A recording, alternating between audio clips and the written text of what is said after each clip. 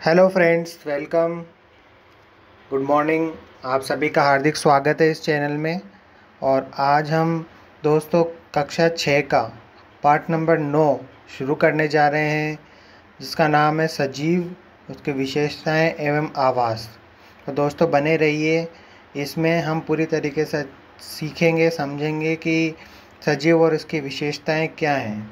तो दोस्तों बात करते हैं कि सजीव है कहाँ कहाँ हमें नज़र आते हैं। आप कहीं ऐसी यात्रा पर जाएंगे, आप गंगा नदी देखने गए हैं या फिर पहाड़ियों के नीचे का एरिया देखने के लिए गए हैं। यहाँ पर बहुत सारे आपको पेड़ मिलेंगे, जैसे ओक के पेड़, चीड़, देवदार के पेड़ आपने देखा होंगे। ये भारत का जो मैदानी क्षेत्र है उसमें पाया जाता है। और अगर आप मरुस्थल की तरफ जाएंगे तो आपको ऊँट देखने को मिलेंगे, जहाँ पर गर्मी बहुत ज़्यादा पड़ती है, वहाँ पर ऊँट आपको देखने को मिलते हैं। और आप इस प्रकार से देखें कि बहुत सारे जीव आपको देखने को मिलते हैं जो सजीव होते हैं, जिनमें जान होती है। अब ऐसा कोई स्थान है क्या जहाँ पर पृथ्वी पर जहाँ पर जीवन नहीं है? तो ये आपके लिए एक्सपेरिमेंट है, आप लोग कर सकते हैं। तो आप सजीव के बारे में हम जानकारी देंगे कि सजीव का मतलब क्या होता है। जिनमें जीवन होता है, जो सांस लेते हैं, जैसे मरुस्थल में ऊँट पाए जाते हैं, मनुष्य जाति हैं, पर्वत पर बकरी और याक पाए जाते हैं, पुरी के समुद्र पर केकड़े और अनेक प्रकार की मछलियाँ पाई जाती हैं, साथ ही चींटियाँ पाई जाती हैं। इस तरीके से कई सारे जीव हमारे आसपास पाए जाते हैं। अब ये सब जीव कहीं ना कहीं रहते हैं दोस्तों, तो इन सब जीवों के बारे में आपको जानकारी इकट्ठा करनी है। तो ये जीव कहाँ रहते हैं, किस प्रकार के वातावरण में रहते हैं, ये सब हम इस वीडियो में देखेंगे। इस चैप्टर में सीखेंगे किस प्रकार के आवास में ये रहते हैं। तो इस प्रकार से हम सीखेंगे। तो अब आवास और अनुकूलन, यानी किस प्रकार के आवास में जगह पर जानवर जंतु रहते हैं, ये सब हम जानेंगे कि पर्वतीय क्षेत्र में कौन रहते हैं, मरुस्थल क्षेत्र में कौन रहते हैं, समुद्र में कौन रहते हैं और अन्य स्थान पर कौन रहते हैं। तो आप जानते हैं कि समुद्र का पानी खारा होता है, जिसको लवणीय जल भी बोलते हैं। तो यहाँ पर जो जंतु रहते हैं उनको जीने के लिए ऑक्सीजन की आवश्यकता होती है। तो ये ऑक्सीजन उनको कहाँ मिलती है? तो ऑक्सीजन उपयोग करते हैं। तो मरुस्थल में आप और दूसरी तरफ बात करते हैं कि समुद्र के अंदर जो ऑक्सीजन घुली हुई रहती है उसके द्वारा ये सांस लेते हैं। मरुस्थल में जल बहुत कम मात्रा में उपलब्ध होता है और मरुस्थल में बहुत गर्म और रात में ठंडा होता है। मरुस्थल में पाए जाने वाले पौधे व जंतु भूमि पर रहते हैं, श्वसन के लिए आसपास की वायु का उपयोग करते हैं।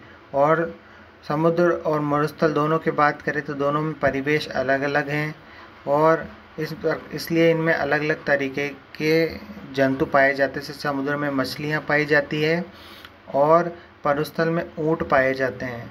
और दोनों की शारीरिक संरचनाएँ भी अलग अलग होती हैं, जो वहाँ रहने के योग्य बनाती हैं। जैसे मरुस्थल में बात करें तो ऊँट के पैर जो होते हैं लंबे होते हैं, जिससे वो रेत की गर्मी से दूर रहता है और उसको गर्मी कम लगती है। इसी प्रकार से वो जब मूत्र करता है, यानी मूत्र करता है तो बहुत कम मात्रा में पानी निकलता है और जो मल होता है उसका वो भी सूखा हुआ होता है।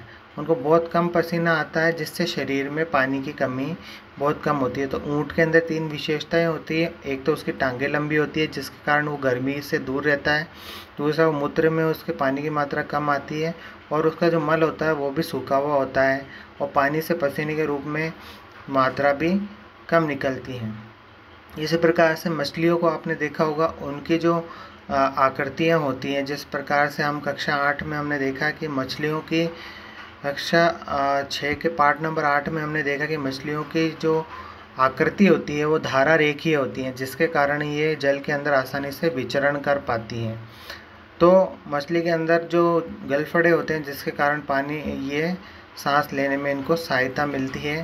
तो इस प्रकार से कोई भी पौधा और जंतु अपने आसपास के वातावरण में, परिवेश में रहने के अपने आप को योग्य बनाता है, अपने आप को ढालता है, उसको बोलते हैं अनुकूलन। और जहाँ पर वह रहता है उसको आवास बोलते हैं। तो किसी भी जंतु या पौधों द्वारा अपने आप को परिवेश में रहने के लिए ढालना अनुकूलन कहलाता है।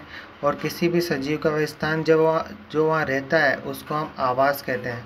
अगर वो ज़मीन पर रह रहा है तो उसको स्थलीय आवास कहते हैं, जैसे वन, घास के मैदान, मरुस्थल, तटीय पर्वतीय क्षेत्र, ये स्थलीय आवास हैं।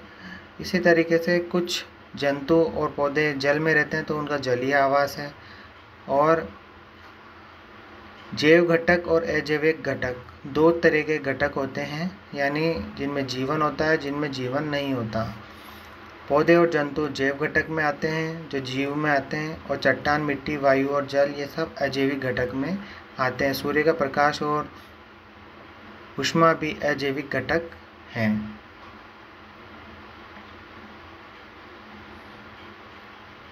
तो दोस्तों, अगले चैप्टर में हम कुछ आवासीय क्षेत्रों के बारे में बात करेंगे, मरुस्थल और पानी जल के क्षेत्रों के बारे में।